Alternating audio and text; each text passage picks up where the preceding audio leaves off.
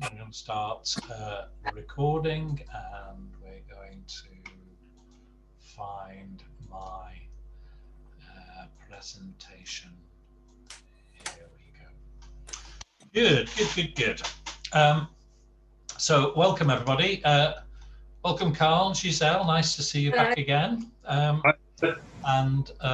let's get going. I've got a lot of slides again today. I'm not sure whether I've guessed it right.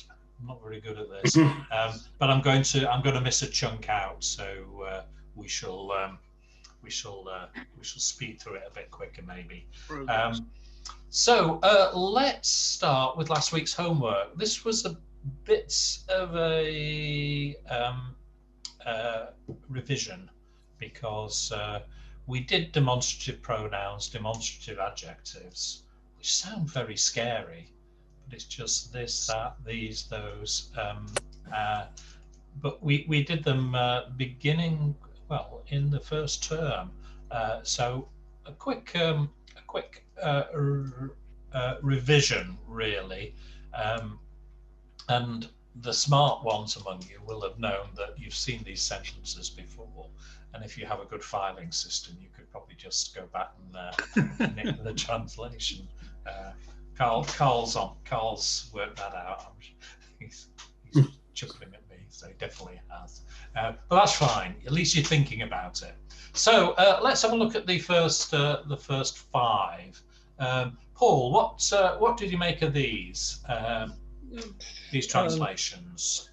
Those monkeys are funny. Esos monos son graciosos. Son graciosos. I wasn't sure on that because it's was it singular or plural? Well, it's plural. But I've got the wrong verb. The adjective. You said graciosos. Yeah, comicos for funny. Yeah, comicos for funny. Yeah. What is this? This is quite a useful little phrase. What is this?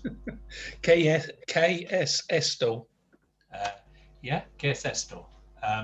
We use so if I have este and esta, if we know whether it's masculine or feminine. If something is, if we want to sort of express something in gender neutral terms. Doesn't happen that often in Spanish, but we can here. What's this? ¿Qué es esto? This restaurant is my favorite. Restaurante es mi favorito. Have you got that? Este. Yes, este. Este. Yeah. Este restaurante es mi favorito. Yeah. I want that white ice cream. Yo quiero eso helado blanco. Essay. Yeah. We're masculine.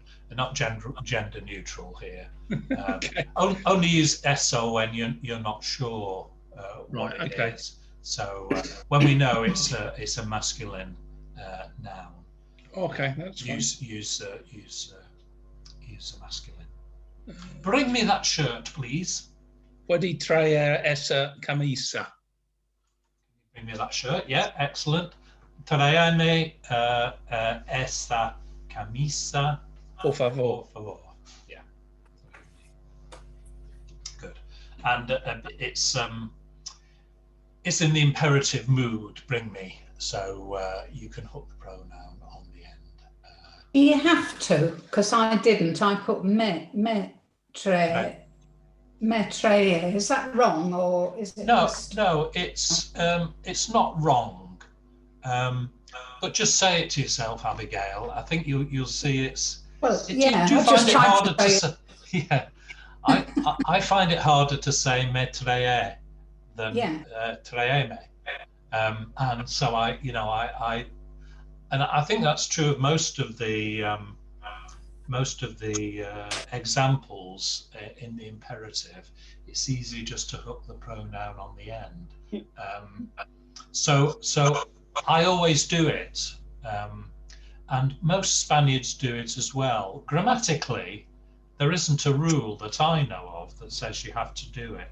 But I do find that whenever you can hook the pronoun on the end, as you can if it's in the infinitive, if the verb's in the infinitive, the Spaniards do it most of the time. I mean, there's always an awkward one that doesn't, but so it's more common. I think it's more common than not, but it's not incorrect. So I'm not giving you a cross for that. Okay, brilliant. So Abigail, why don't you pick up with these, because you're in the zone. Those flowers are my favourite. Those. Esas flores son mis favoritos. Yeah. Favoritas. Don't forget. Oh yeah, favoritas. Favoritas. The adjective's got to agree with the noun. This lion is dangerous. Este león es peligroso.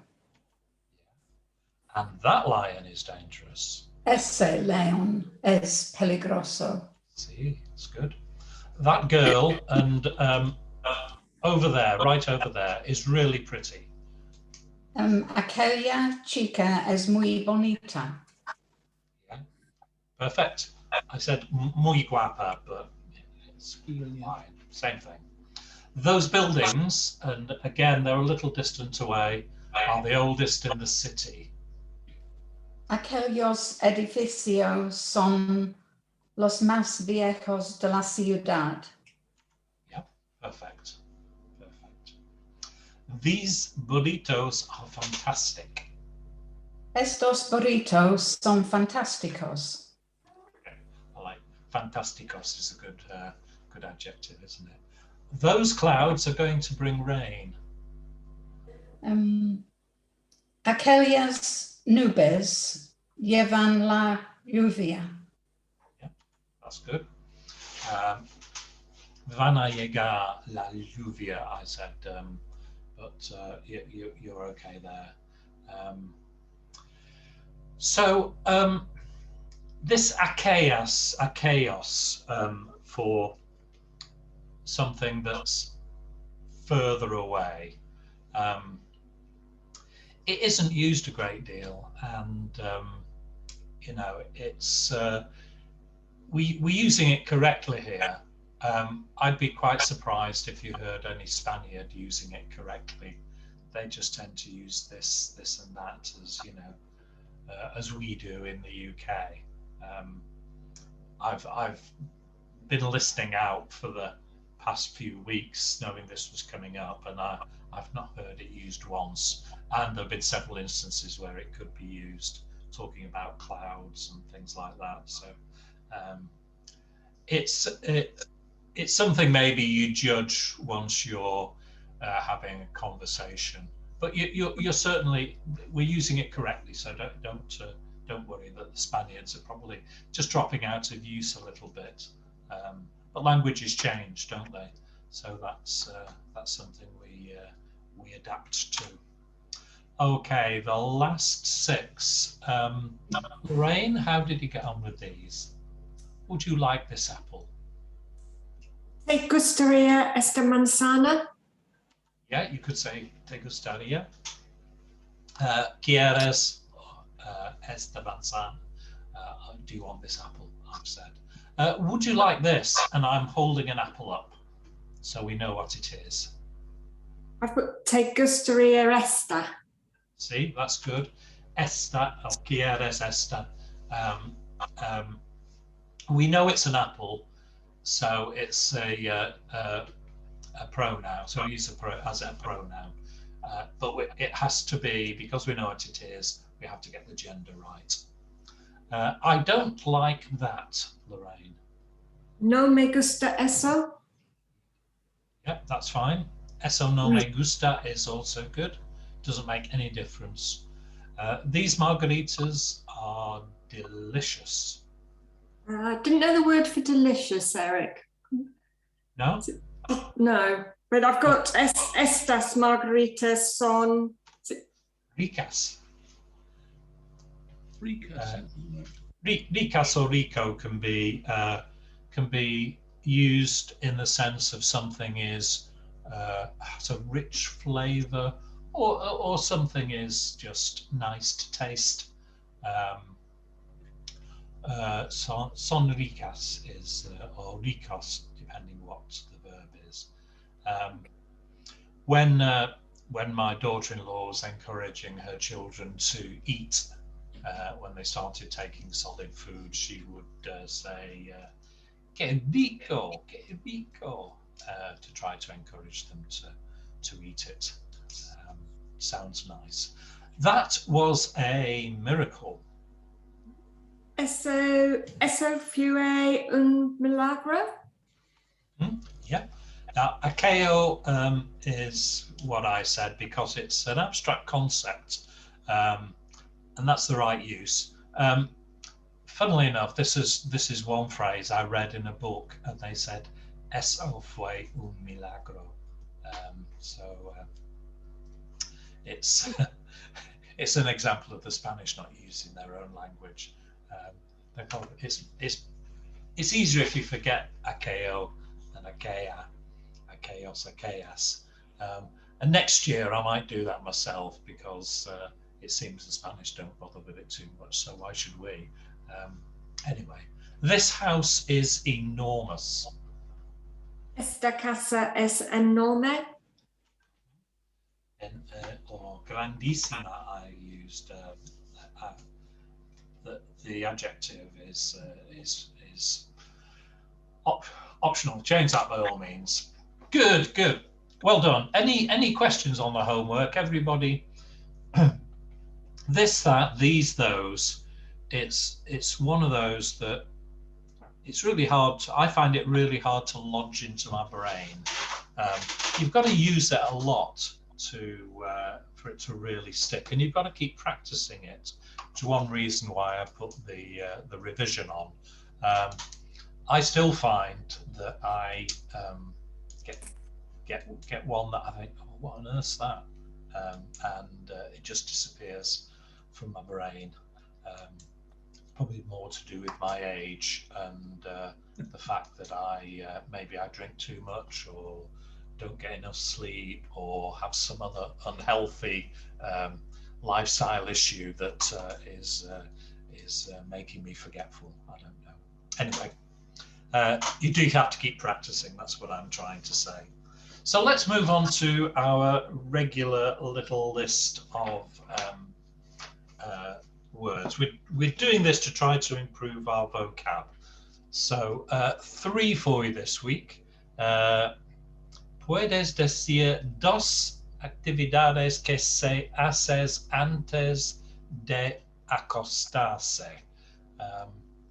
How did you get on with this, Leslie? Did you? Yes, I've got a couple. Ir al baño and limpiar mis dientes. Dientes, clean your teeth and take a bath. Yeah. What was the first one? Ir al baño. I thought it was go to the toilet. Oh, go to the toilet. Yeah. Yeah. See. Good. That's a couple. So anybody else got any suggestions they'd like to make?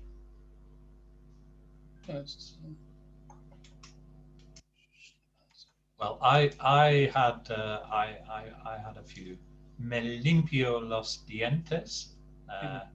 Very important. I'm trying to hang on to the ones I've got. Still got quite a few, so that's good. Me lavo la cara. Wash my face. Of course, it's los dientes and la cara, not mis dientes, mi cara, because the Spanish don't use personal possessive pronouns for body parts. They just assume that because you're talking about washing the face, you're not going to be washing anybody else's face, which is very logical, I guess. So there we go. Me pongo los pijamas. It's nice that we steal a word from the Indians, pajamas, and the Spanish have also stolen it, either from us or from India as well. But they say pijamas. Leo un libro. I've been trying to read a few more books, and I'm having half an hour before I go to bed, go to sleep, reading a book. And of course, very important, le doy un beso a mi esposa. And I hope you all do the same, yeah? Okay, so, puedes decir tres factores meteorológicos. Oh, that's a hard word to say. Abigail, who have we not had? We've had Abigail, haven't we? Giselle. Oops. What do you think? Can you tell us tres factores meteorológicos?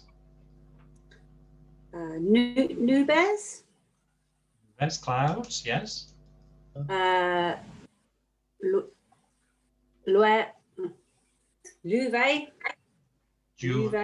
UV.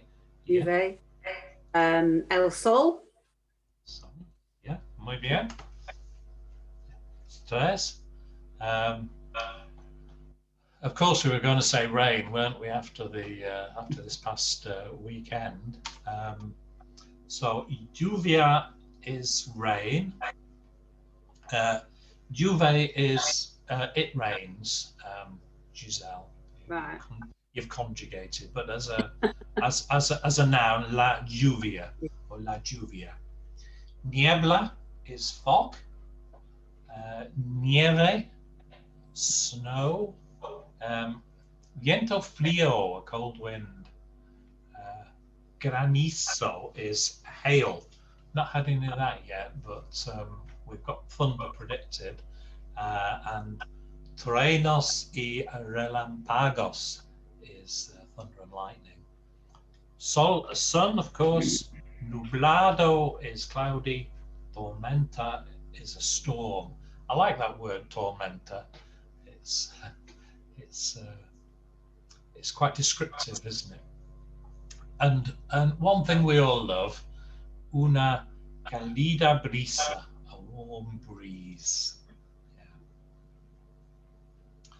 Okay, excellent. Puedes decir las partes de una casa. And apple. You name. It didn't say how many, so I don't know. I want you to list them all. I'll give you 4. Yeah, good plan. I'll settle for that. Los muros. Los muros. Sí. Las ventanas. El Ventanas. techo. Yeah. Las puertas. Okay, so we've got windows, roof or ceiling, and doors. Muros. ¿Qué significa muros? Walls, I hope. Walls. Pared. It's probably another word that I've not heard. I would usually say pared or pared, depending what part of Spain you're in. Pared is a wall, but muros may well be walls. That's just one that I've not heard. I get this all the time. I said these: la cocina, el baño, el salón, la sala, la habitación, el dormitorio. El techo is roof or ceiling, I think. It seems to get used for both. La pared is a wall. Muro, además. Las escaleras, stairs. Las ventanas, las puertas, and el piso, the floor. Again, I remember Rico, que Rico, from when my grandchildren were being fed, and I also remember el piso from the same time, because Lucy used to do this thing where what's it called, baby-led weaning, where have grandparents come across baby-led weaning maybe? It's a relatively new thing, I think. I also got Basically, you just give the baby a bowl of food and let them get on with it, and feed themselves. Feed themselves, and it's quite scary listening to them choke and cough and splutter. But my daughter-in-law said, if they're not blue, don't worry about it. I also had Attico. Attico, yeah, good one. But piso, Lucy used to say to Julia, no al piso, not on the floor, because she very quickly learned that it was more amusing to drop food on the floor and watch the dog eat it, or dog catch it on its way down, than it was to eat it herself. So no al piso was not on the floor. Attico sounds like a good cognate, that one. Yeah. Sotano. Sotano. Que es un sotano? Pardon? Basement. Sotano. And El Comedor. El Comedor, sí. Muy bien. I'll add those to the list. Good. So I'm not going to do this one. If we've got time and we are making good progress this morning, we might come back to this and this. But I wanted to make sure that we finished getting about vocab and conversation around getting around, traveling around. We've been doing it for this is the third week we've been doing it, so I've dragged it out. And next week next week's our last week, so I want to do booking a hotel room. So we'll definitely finish traveling, and when we get to the end of our journey, we can then book a hotel room. So we've done buses. We talked about buses and trains and planes and flying and so on and so forth. But a lot of us, of course, rent a car, and it's a great way to travel around. It gives a lot more flexibility. The verb to rent or to hire is alquilar. Alquilar. It's a regular AR verb, so the conjugation is pretty straightforward. We all know how to conjugate it. Alquiló, alquilas, alquilar, alquilamos, alquiláis, and alquilan.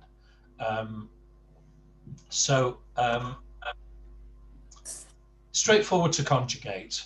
We should by now have it pretty much in our heads, the different verb endings for regular verbs in the present tense, and we should have a good knowledge of irregular ones as well. They'll always trip you up, so if you're thinking, oh my goodness, I can't always think of that, don't worry. It happens to everybody, and you don't have to worry about it. But if you can do it 90% of the time, that's great. However, alquilar is one of those verbs I can't ever remember conjugating. It seems to always be used in the infinitive with another verb. So here are some phrases that you might want to try to memorize or understand if you want to hire a car in a Spanish-speaking country. The first one, pretty straightforward, Amanda. Quiero alquilar un coche means I'd like to rent a car. I want to rent a car. Because I'm half Yorkshire, el coche más barato, por favor, is what I'd say, which means Which car is the cheapest, please? Yeah, the I'm all cheapest. Yorkshire. I'm cheap- 100% Yorkshire, so I would definitely say that. Okay. Yeah. The cheapest car, please, is what we want. I never think it's worth hiring unless you've got a load of people. I never think it's worth hiring a fancy car. And quite often I ask for the cheapest car that money can buy, and I because they've all gone, I end up with something a little bit better, which is always nice, isn't it? I once hired a Fiat Uno in Brussels, and I got this fancy Fiat convertible, which was quite nice. Except I was travelling around in Holland, and it rained most of the time. But it was quite nice. Cuánto por 3 días? What does that mean, Amanda? How much for 3 days? Yeah, brilliant. Eso incluye IVA? Does it include VAT? Yeah. So impuestos is tax, and you can't avoid it in Spain, just as you can't in the UK. So their VAT is called IVA or IVA. Impuestos sobre el valor añadido. So tax for value added is what it stands for. But don't look for VAT, you'll see IVA. Y kilometría limitado. And unlimited kilometres? Yeah, unlimited kilometers or mileage. Yeah. Muy bien. Puedo alquilar un Seat Ibiza, por favor. Very good. May I rent a Seat Ibiza, please?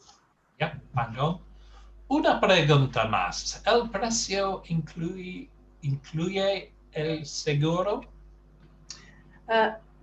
One more question. Does the price include insurance? Yeah. Puedo pagar con tarjeta de crédito is one that we use a lot, of course. May I pay by credit card? Yeah, bang on. Superb. So you've got the car, which is great. Does anybody have problems with hire cars? I used to have issues with hire cars all the time. I during the 80s, I hired one in Malaga, and it was some kind of Seat, and it got ball tires on the front. There was absolutely no tread on the front tires. They were slicks, and of course I hadn't bothered to check, which I should have done. And we were driving up quite a few mountain villages on unmetalled roads, and as soon as we got on a bit of gravel, the front tires were spinning like mad. It was a nightmare. But what if it goes wrong? Carl, tengo un problema con el auto. I have a problem with my car. Yeah, With the car. Yeah. Interesting. Problema, even though it's ends in an A, is a masculine noun.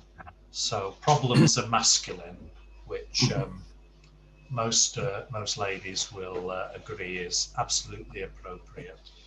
If your car breaks down, mi carro se dañó. So we use the verb dañar, which means to damage. It would be because in English we say broke down. It's understandable that maybe we try to translate that literally, and we'll know from breaking legs when we did medical issues that to break is a romper. So it's tempting to say mi carro se rompió, and my car, which means my car is broken. But the Spanish only use romper when it's broken in the sense of like smashed on the floor, like a plate or a bone is broken. If it's not working, they wouldn't use that. It would be. I have seen it in one of the books we did last year. It talked about the shower being broken and it used romper, which was a bit annoying because I'd already delivered this lesson and everybody was thinking, does this guy know what he's on about? So yeah, so I have seen it used, but I've never heard it used in the sense of a vehicle. So use dañar, which means to damage, and it doesn't make a lot of sense to us, but it tends to be what they would say. You could say mi coche no funciona, but although it makes perfect sense, and I think you certainly would be understood, my car's not working. It's not probably what would be used, and we wouldn't use it in England either. If we had a problem, wouldn't phone the AA and say my car is not working. And they'd understand you, but they think it's an unusual way of putting it.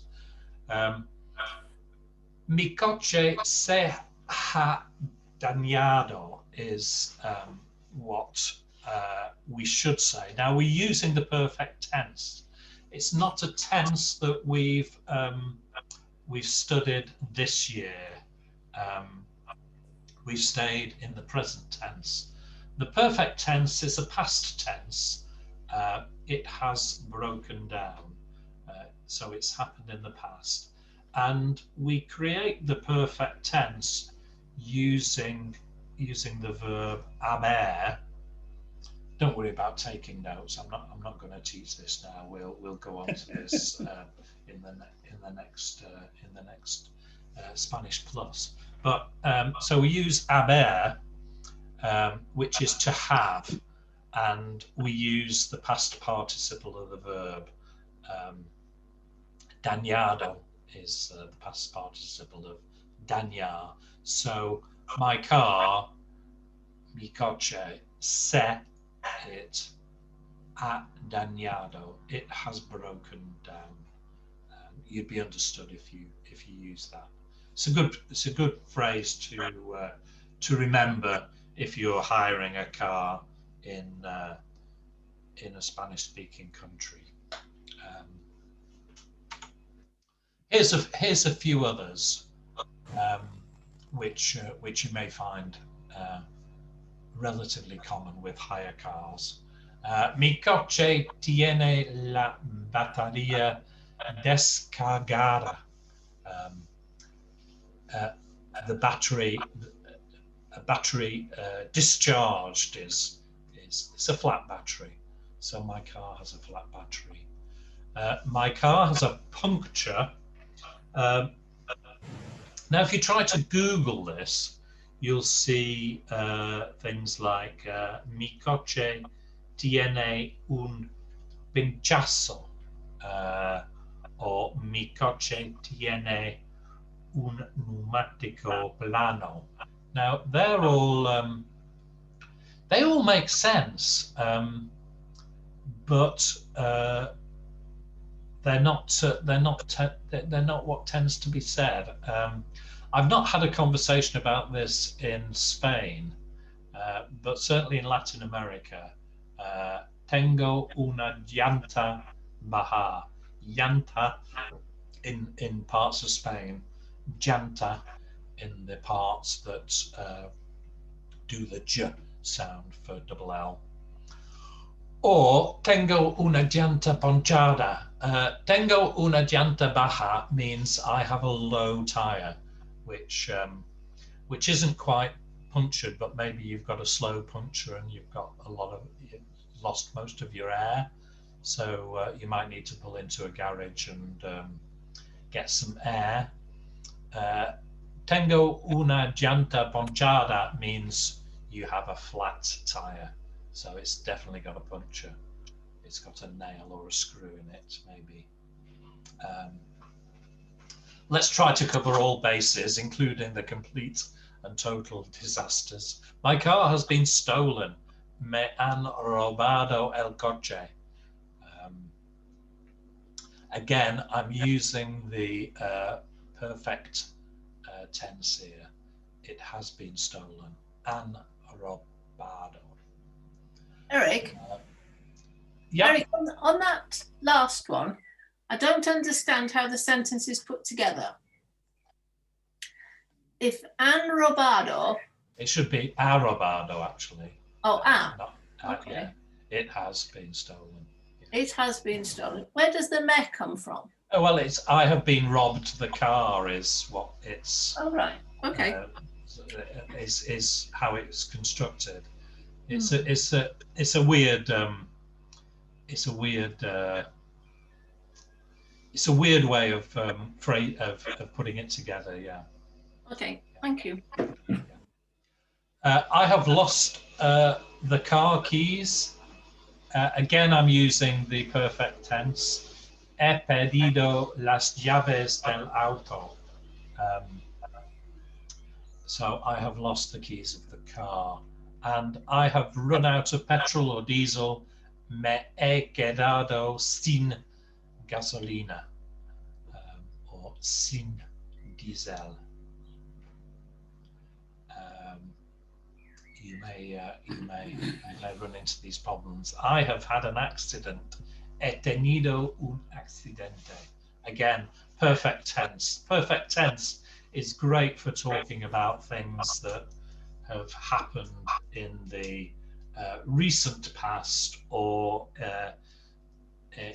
in the past without a definite ending being specified. It's a little bit like the imperfect tense. You can use it in a similar way. So really useful for this. And in a lot of Spain and in parts of Latin America, they'll use the perfect tense to describe things that have happened in the last day. So instead of using the preterite, they'll use the perfect tense. And it has some advantages because it's a lot easier to learn. You just have to learn the conjugations for haber, which are has, ha, hemos, habéis, and han. Try not to sound the H. And you then learn the past participles, which are pretty straightforward. It's verbs ending in er and ir. You take the stem and add ido, and for verbs ending in ar, you take the stem and add ado. So robar becomes robado and pedir becomes pedido. So it's there are a few irregulars, but you can get by a lot easier if you know those rules, and you can conjugate haber. You can construct a past tense quite easily, and it's something that we'll do next year in Spanish Plus in one of the first lessons. We'll talk about tenses, so it's going to be it's a lot easier for you to learn than to go through all the preterites and get those in your head. It's not the perfect solution, but it is a useful cheat. And don't forget, there are lots and lots of different words for car. In Spain, el coche is the most common. If you talk about el coche in Latin America, they'll think you're talking about a pushchair, although they'll very quickly realize that you're talking Castellano, Spanish, and they'll adapt accordingly. In Latin America, cars are normally called el carro, which is good because it's almost a cognate, isn't it? And el auto is another word you'll hear for a car, auto. I think you'd be understood saying carro or auto in Spain, but coche is the one that is most common. Any questions about getting about, hiring cars? And of course, you can use alquilar for hiring anything, for hiring a flat, or anything else, a boat, a surfboard, anything else that you might want to hire in on holiday, set of skis, ski boots, so on and so forth. So we were going to do taxis as well. We've not done taxis or cars in previous years, but I was thinking about one thing about the pandemic. You have a bit more thinking time. I was thinking, here I am. I've taken this lesson pretty much out of a textbook we used to use, and it talks about getting around by train, by bus, by a little bit by plane, but most of the time we get around by car. We hire a car, or we hire a taxi. How do you talk to taxi drivers? Now, I started to plan this lesson. I thought, well, it's going to sound quite repetitive because I think we already know all the verbs and the grammar that we need to take a taxi or to talk to a taxi driver. So I was going to put it to the test. So let me get a guinea pig. Go back to near the top. Lorraine. If you're at the hotel reception and you want to ask them, I want to book a taxi to take me to the airport tomorrow morning at 8 a.m. Can you break that down? And quiero reservar un taxi. Me tomar al aeropuerto mañana a las 8. It's pretty good, yeah. That's pretty good. I think you've got the key verbs in there. Absolutely. So, quiero reservar un taxi para que me lleve, in order to take me, to carry me. Don't forget when it's to the airport, we don't say a el aeropuerto. We can combine a and el to al. Just easier to say. Al aeropuerto mañana por la mañana. Tomorrow morning. Tomorrow is mañana, and morning is mañana. So tomorrow morning ends up as mañana por la mañana, a las 8. Muy bien, muy bien. What does this mean, Lorraine? Somos 6 más equipaje.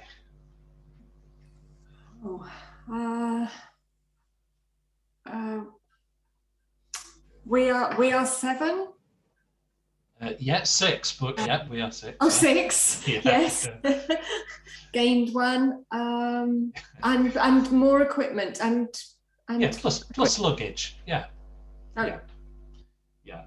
So I'm always planning airport runs for a car full of people, and I always forget how much luggage my sons and their wives and children accumulate. Tom went back to Ecuador this year, and he had 4 suitcases full of presents, clothes, and other things that you can't easily get in Ecuador. But we haven't got a suitcase in the house right now. They're all in Ecuador. They take 4 and bring 2 back. It's very inconvenient. Okay, so Paul, How about this? You're on the taxi rank. You want a taxi to take you to the Hotel de Ingles. Buenas tardes, yo quiero ir a la Hotel de Ingles. Yeah. Buenas tardes, quiero ir al Hotel de Ingles. You don't need the job. You don't need to say. You don't need the pronoun, the personal pronoun, because you're conjugating the verb. I know. If you're using some online teaching aids, they do bang on about the personal pronouns, but Yeah. they wouldn't be said. I mean, it's doing no harm to put it in. So if it's easier for you to remember, it sounds better if you're using it, then by all means. But quiero ir al Hotel de Ingles is fine. What does this mean, Paul? ¿Cuánto costará aproximadamente? Approximate cost. Yeah, how much approximately? You never get an exact price out of a taxi driver, will you? There. Well, how about this one? Necesito comprar bloqueador solar. ¿Puedes pasar por una farmacia en el camino? I need to buy sun cream. Where's there a pharmacy on the road? Or coming? Yeah. Can you stop at a pharmacy on the road? Oh, yeah. Yeah. Good. Excellent. So at the end of the journey, thank you. How much is that? Carl, how would you say thank you? Gracias. ¿Cuánto es? ¿Cuánto es? Or ¿cuánto es eso? Sí. And what does this mean? Esto es. Deténgase aquí. Esto es. What's that mean? This is it? Yeah, this is it. Deténgase aquí. Deténgase. I don't know. Stop here? Stop here, yeah. Detain. Detenga is to stop. Yeah, deténgase aquí. Or you could also say, puede parar aquí, por favor, which means. Can I stop here, please? Yeah, I'm addressing the taxi driver in the formal here. You could use puedes if you wanted to. That's perfectly okay. If he or she is a chummy taxi driver. So that's taxis and hiring cars. Any questions about that? I'll put these in the notes. Good phrases to learn about hire cars, problems with hire cars, because if you're taking your own car across and driving down into Spain, which is a nice thing to do, or traveling across the Bay of Biscay and getting into Spain via the Basque Country, it's a nice thing to do. But if you've got a problem, it's worth knowing a few phrases to try to get help. One of my friends can't speak any Spanish at all, but he does know one word, which is agua bomba, which is water pump, because when he was a little boy, his parents took their caravan. His parents were teachers, and they used to have in the summer holidays. They used to go down, take the caravan into France and Spain, and the water pump packed up in some village in Spain, and they were camped there for about a week while a new part arrived for their Ford Consul, and so agua bomba. But it's worth knowing a few phrases, even if you don't go into detail. So another useful phrase, one that you might hear, is particularly useful for Spanish-speaking grandchildren. One or two of us have those. get a move on. Somebody's telling you to come on, come on. You can say "ya boy," which means I'm coming.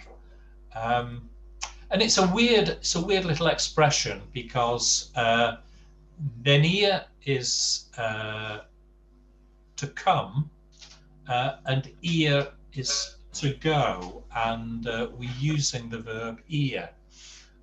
So it's not very logical. It's just that the idiomatic use is ir, not venir, and I have no idea why.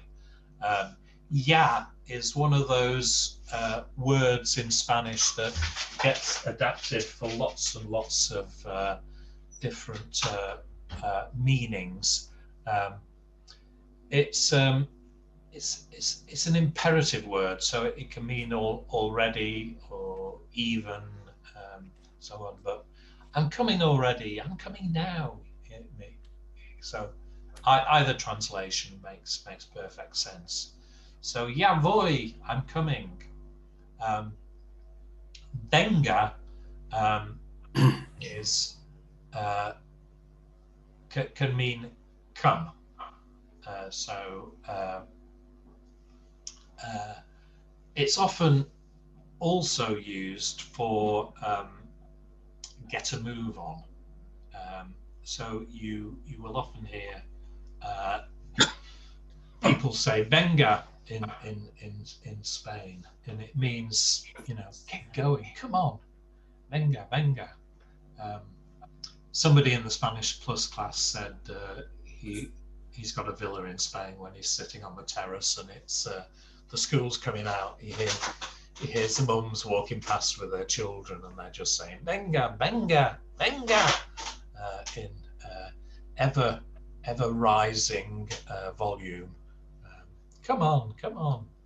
And another one, another phrase to say hurry up is date prisa, means hurry up. Da, of course, is to give, and da is the imperative form in the to conjugation. So da is you give, and te means yourself. So date means give yourself, and prisa is haste or to hurry. So what we're saying is date prisa, give yourself haste. We'd never say that in English, would we? But it makes perfect sense in Spanish. Date prisa, get a move on. And in English, we just say hurry up, which when you think about it, doesn't make any sense either, does it? And we just say hurry up to anybody, whether it was for friends, family, strangers, one person, lots of people. In Spanish, there's a separate command for each one. So date prisa is the one to remember, particularly if you want to nag your husband or your wife or your children, grandchildren. Dese prisa if it's a formal situation. You probably never use that. Deos prisa for the vosotros form. Demonos prisa, we need to hurry, we need to give ourselves haste. Dense prisa in the formal. So I just remember date prisa, but also remember that you can't use it for every situation. If you want to say we need to get a move on, demonos prisa, we have to give ourselves haste. Yeah, great. And on this week's lesson notes, you will have seen I put a little piece on the end about where I think we ought to be at this stage, and ways that maybe you can test yourself. So the course that we've just done, I've adapted a little since I started teaching it, and I've tried to make it more practical. So to give you a good, I've said a smattering in the notes, but maybe a little bit more than a smattering of Spanish, to give you useful things to know how to do things, have a simple conversation, and obtain things and get help if you're in a Spanish-speaking country. So there was a number of bullet points. I'm not going to go through each of them there because there was about 20 of them, but take a look at those bullet points and ask yourself, can I do all of those now? I think most of us are pretty good with most of them. Maybe we could do with a bit of practice, but that's always the case. Sometimes pronouncing letters goes a bit awry. There's a peculiar way of pronouncing different letters in Spanish. There are some odd rules. We have to say every letter. We have to get the stress right on the word, which is a tricky thing to do. So, but I think we're definitely getting there, and some of us are really good at it. I think we can do a bit of chit chat, small talk. How are you? Hi, and just ask how people are, and tell people your names and that kind of thing. Our vocab, we could always have a better vocabulary. Reading is a great way to improve your vocabulary, and I'd encourage people to read some Spanish books. It's a really good way to improve vocabulary, but also understand verb use as well. We've done shopping. We've asked for directions. We've talked about restaurants, medical problems, getting around a city, traveling by bus, train or plane. Today, hiring a car and taking a taxi. Next week, we're going to finish off with booking a hotel room and making a few complaints if things in the hotel room aren't quite right. I did talk in the notes about the Common European Framework of Reference for Languages, which categorizes a level of expertise in a language, and it starts at A1, which is the basic user. A2 is classed as elementary. B1 is intermediate. B2 is upper intermediate, and then you get into C1 and C2, where you're not quite fluent, but you pretty much are. C1 is advanced and C2 is proficient, so you should be fluent in the language, and more or less fluent. My daughter-in-law Lucia is certainly very good at languages, much better than I am. So she's been speaking English for quite some time. She came to England first when she was 10, when her mum was doing a doctorate at the School of Tropical Medicine in Liverpool, and she brought Lucia with her, and so she was dumped into a Catholic primary school where, not being able to speak any English, so she spoke English with a Liverpool accent for the first 3 years of her, which used to cause great amusement and annoyed her immensely. She's lost a Liverpool accent, and she's at C2 level, so she's fluent. But if she goes to Whittlesea,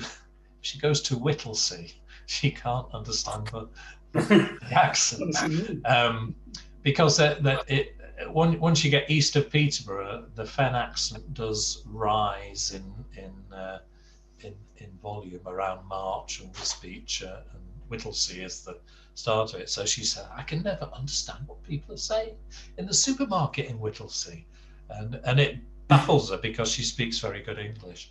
And she just so sometimes accents can throw people, even a C2, and sometimes there's just bits of idiomatic use that you don't get. And we've tried to teach Lucia and her sister Amelia, who stayed with us a bit, as many English phrases as we can. I want a cuppa is one that used to throw Amelia all the time. So, you know, for us, what we're trying to do in this first year of Spanish is get you to A1. That's the aim. A1, and if you've done the class a couple of times, hopefully you're A2. And I did include a little description there, so you can sort of try to work out where you are. But I also put a link into a website which has an online test. If you take the online test, it will give you a ranking after that and tell you where you are. I don't know. I know one or two of you have taken the test and have scored quite impressively. But it's interesting to know where you are. So I do encourage you to have a crack at the test, and let me know how you get on. Drop me an email. Let me know how you get on. We've got a lesson next week, and then we're going to have a break for the summer holidays, and we're going to come back in September, when hopefully we'll be able to meet up again in the Copeland Centre. So anybody who's been on this course, you're welcome to do it again. Also, if you want to move up into the Spanish Plus group, that's fine. Hopefully there'll be sufficient spaces in there for you. So let me know what some of you already let me know, and thanks for that, but others, let me know what you fancy doing, and do take the test and do let me know. And during the summer, I'm going to recommend a couple of books for you based on your Spanish level. So I'll put those in the notes next week, and I recommend that you take a read of those. And I'll post a few notes for the people that are doing the books, just to let you know you've not been forgotten. So have a crack at that. Who's done the test so far? One or two of you have done it, haven't you? Yeah, Paul, you did it. It's pretty straightforward, isn't it? Yeah, it's I mean, it's straight. The technology is straightforward. Some of the answers are. Looking at the words, and you go, "No, do I know this or not?" So Yeah, as I said on my email, with a bit of help from the diction, I got through it okay. Yeah. Okay. Who else has done it? Anybody else done it? No. Okay. Well, do have a crack. It's good fun. And it's not like doing your O levels or anything like that. It's much easier. Did you say you've put a link on there to? Yeah, it's in the lesson. So have a look on the lesson notes when I send them after this, and there's a link there. And it's a Spanish school, so they want you to. They want to sign people up to learn Spanish, but they put this free test up there so you can assess what level you're at before you start booking classes. It's quite useful. So thanks ever so much. Well done, everybody. I think people made great progress.